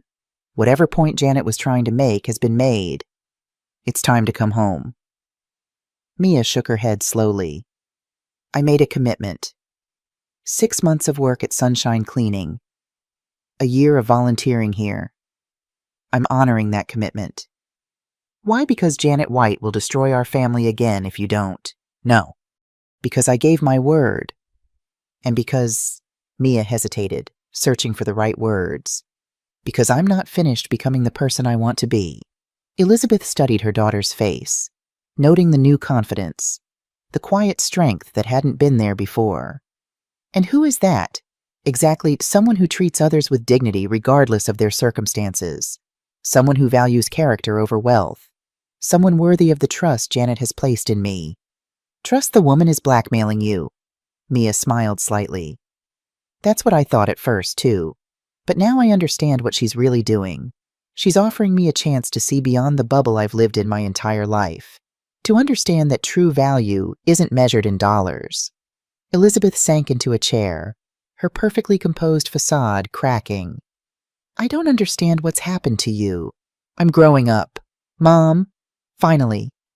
They sat in silence for a moment, the gulf between them wider than ever despite their physical proximity. Your father misses you, Elizabeth said finally. We both do. I miss you too. But I need to finish what I've started here. And then will you come back to us? Resume your life? Mia considered the question seriously. I'll come back, but not to the life I had before. I can't unsee what I've seen. Mom, I can't pretend that the way we lived, the way we judged others was right. Elizabeth's eyes welled with unexpected tears. We only wanted the best for you, to give you everything we didn't have growing up. Something in her mother's tone caught Mia's attention. What do you mean? Elizabeth dabbed at her eyes with a monogrammed handkerchief. Your father and I, we didn't come from wealth. Mia, my father was a plumber. William's family ran a small grocery store. We worked our way up, built our reputation, our social standing. This revelation stunned Mia. But you always talked about our family legacy, our place in society. Because we wanted you to belong, to never feel like an outsider the way we did. Elizabeth's perfectly maintained veneer cracked further. We were so afraid you would face the same judgment, the same exclusion we experienced. So we pushed too hard in the opposite direction. For the first time, Mia saw her mother clearly not as the imperious society matron she'd always appeared to be, but as a woman who had fought her way into acceptance and was terrified of losing it. Mom, I had no idea. Of course not. We made sure of that. Elizabeth straightened, composing herself. But none of that excuses how we treated Janet, or how we raised you to treat others. Perhaps her lessons aren't entirely misguided. This concession, small as it was, represented a seismic shift in Elizabeth Turner's worldview. Would you like to meet Maria? Mia asked gently. She's really remarkable. And she'd love to practice her English with you. Elizabeth hesitated, then nodded. I'd like that. When they returned to the main hall, Maria was diligently practicing her reading, sounding out words with careful concentration. She looked up as Mia approached with Elizabeth. Miss Mia, I read the whole page. Her face shone with pride. That's wonderful, Maria. This is my mother, Mrs. Turner. Maria stood and extended her small hand with solemn dignity. Pleased to meet you, Mrs. Turner, my name is Maria Gonzalez. Elizabeth looked momentarily taken aback by the child's perfect manners, then shook the offered hand. It's lovely to meet you. Maria, I hear you're teaching my daughter Spanish. See, she is learning very fast. Would you like to learn too? A smile, genuine and unguarded, transformed Elizabeth's face. Perhaps a few words.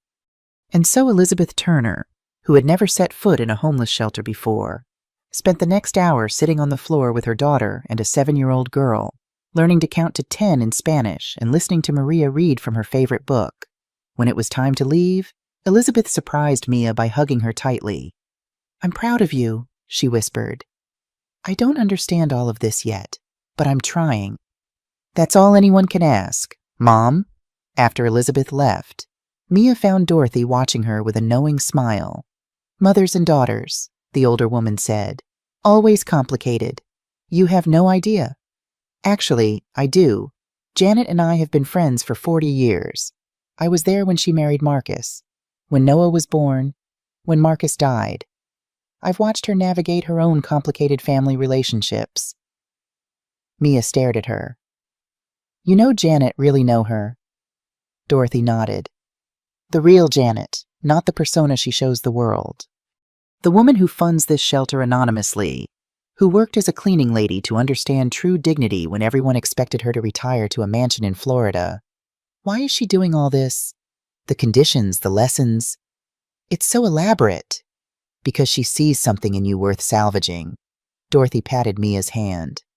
Janet doesn't waste time on people without potential. If she's investing this much effort in you, she believes you can become someone extraordinary. That night, lying in her small studio apartment, Mia turned Dorothy's words over in her mind. Not punishment, but investment. Not revenge, but belief. The realization brought tears to her eyes, tears of shame for who she had been, and tears of determination for who she might become. Noah found her that way when he came to bring dinner curled on her bed, crying quietly. What's wrong? He asked, alarmed. Did something happen at the shelter? She sat up, wiping her eyes. My mother came to see me today. Oh no. Was it terrible? Actually, it was illuminating. She told me things about her and Dad I never knew, about where they came from. And then she sat on the floor and learned Spanish from Maria. Noah looked stunned. Elizabeth Turner sat on the floor of a homeless shelter. The world is full of surprises. Mia managed a watery smile. I also learned that your mother and Dorothy have been friends for 40 years. Mom has friends everywhere, usually in places you'd least expect. Mia nodded. Dorothy said something that really hit me. She said your mother is investing in me because she sees potential, that she believes I can become someone extraordinary. Noah sat beside her, taking her hand. Moms usually write about people. She saw something in you that I saw too. Beneath all the society manners and designer clothes, a spark of something real and valuable. I was awful to her. Noah. To everyone I thought was beneath me. How could she see anything worth saving?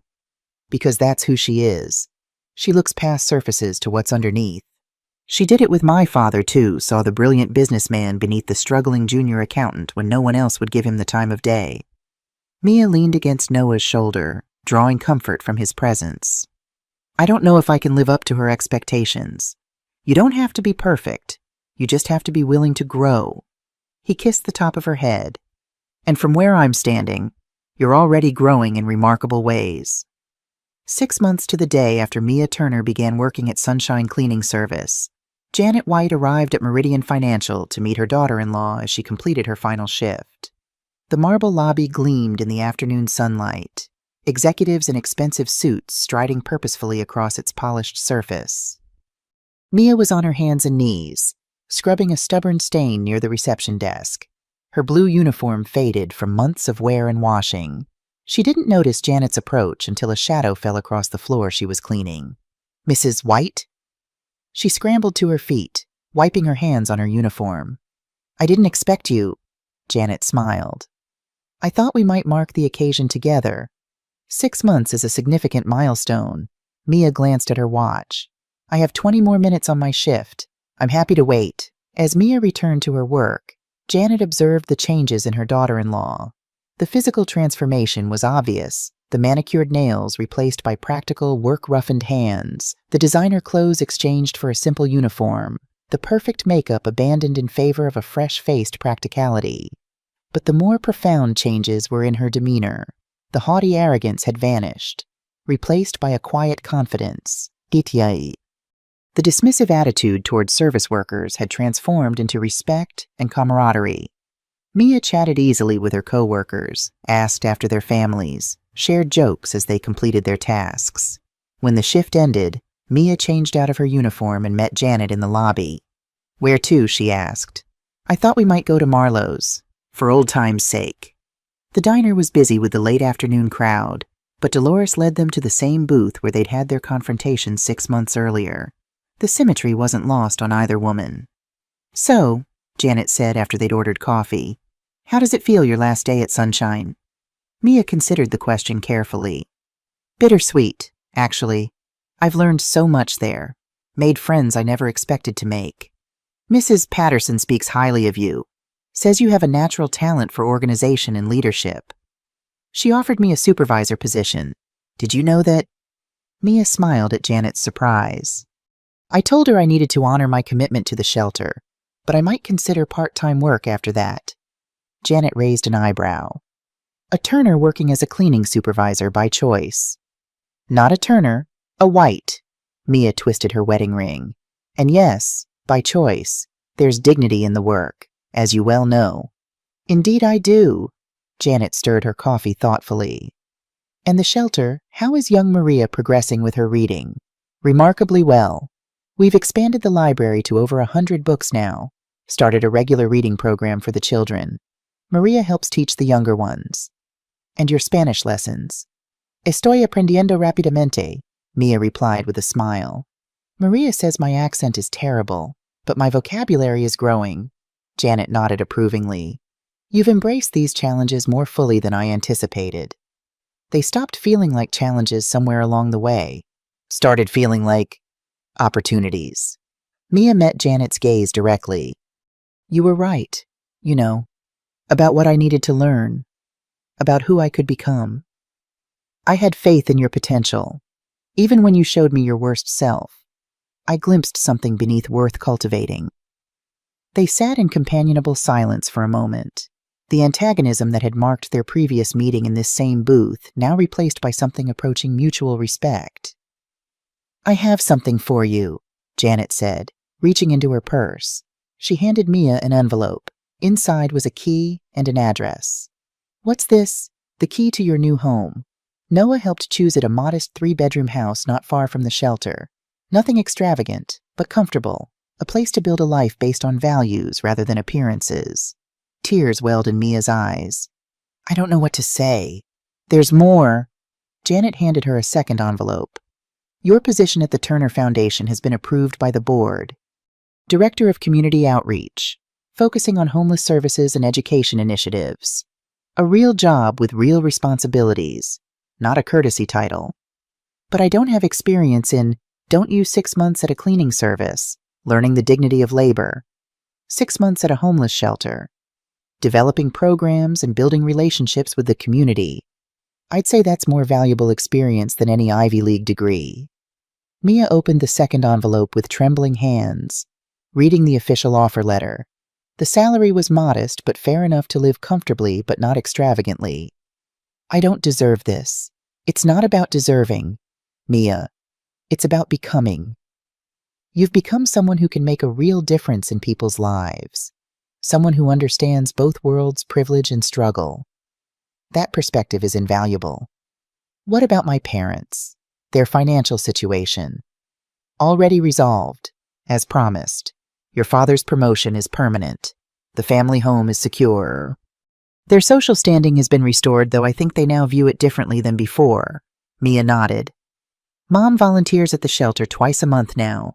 Dad's established a hiring program at Meridian for shelter residents with financial backgrounds. They're changing, too." "Growth can be contagious," Janet observed with satisfaction. "I have something for you as well." Mia reached into her bag and pulled out a small package wrapped in simple brown paper. Janet unwrapped it carefully to reveal a name tag, but instead of Janet White, the charity case, this one read Janet White, the teacher. I had it made to replace the one from the wedding. Mia's voice caught. I'm so sorry for who I was that day, for how I treated you, for everything. Janet traced the words with her finger. This is a gift I will treasure. Mia. Not just the tag itself, but the growth it represents. I don't think I can ever fully repay you for the lessons you've taught me. Repayment isn't necessary. Just live the lessons. Teach them to others, especially to your children. When the time comes, Mia's eyes widened. How did you know? Janet smiled. Know what? That I'm pregnant. Noah and I just found out yesterday. We haven't told anyone yet. Janet's smile broadened. I didn't know, but I'm delighted. A grandchild is the greatest gift you could give me. Tears spilled down Mia's cheeks. I promise you, Janet, this child will learn the value of respect, of dignity, of seeing people for who they are rather than what they own. I will make sure of it. I believe you will. Janet reached across the table to clasp Mia's hand. The true measure of these past 6 months isn't in how well you've scrubbed floors or served meals. It's in who you've become in the process, and who your child will become because of it. That Sunday, the White and Turner families gathered for dinner at Janet's apartment, the same modest space where the journey had begun. William and Elizabeth, Noah and Mia, and Janet, all seated around a table that barely accommodated them. The conversation flowed easily, without the strain and pretense that had marked their earlier interactions. William discussed his new hiring initiative at Meridian. Elizabeth shared stories from her volunteer work at the shelter. Mia talked about her plans for the Turner Foundation's outreach programs, as Janet served a simple but delicious apple pie for dessert. William raised his glass.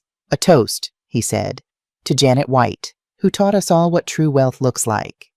To second chances, Elizabeth added. To family, Noah said, squeezing Mia's hand. Mia looked around the table at these people who had journeyed so far together from contempt to understanding, from judgment to acceptance, from pretense to authenticity. To charity, she said softly, meeting Janet's eyes across the table. The real kind. Later that evening, as the Turners prepared to leave, Mia embraced Janet warmly. Thank you, she whispered, for not giving up on me when I gave you every reason to. The greatest charity we can offer, Janet replied, is the belief that people can change, that they can become better than they were. You've proven that belief well-founded. As Noah and Mia walked to their car, hand in hand under the stars, Mia looked back at the modest apartment building where her mother-in-law billionaire, businesswoman, teacher had chosen to make her home. Your mother is extraordinary, she said. Noah smiled. She always says that extraordinary isn't about what you have, it's about what you give. I want our child to know that, Mia said, placing a hand on her still flat stomach. To understand value the way she does. Our child will have the best of both worlds, Noah assured her. Your determination and my mother's wisdom. And hopefully none of my former snobbery, Mia added with a rueful smile. That person is gone, Noah said gently. Replaced by someone I'm even more proud to call my wife. 6 months earlier, Mia Turner had written charity case on her mother-in-law's name tag, never imagining the journey those 2 words would set in motion. A journey from arrogance to humility, from judgment to understanding, from superficial wealth to genuine abundance.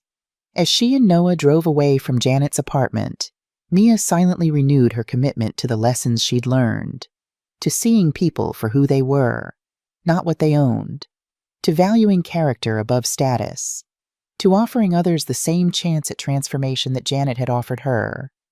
The greatest charity, after all, isn't giving money. It's giving people the opportunity to discover their own worth, a lesson Mia Turner White would never forget. If you've enjoyed my story, please subscribe and let me know in the comments where you're watching from.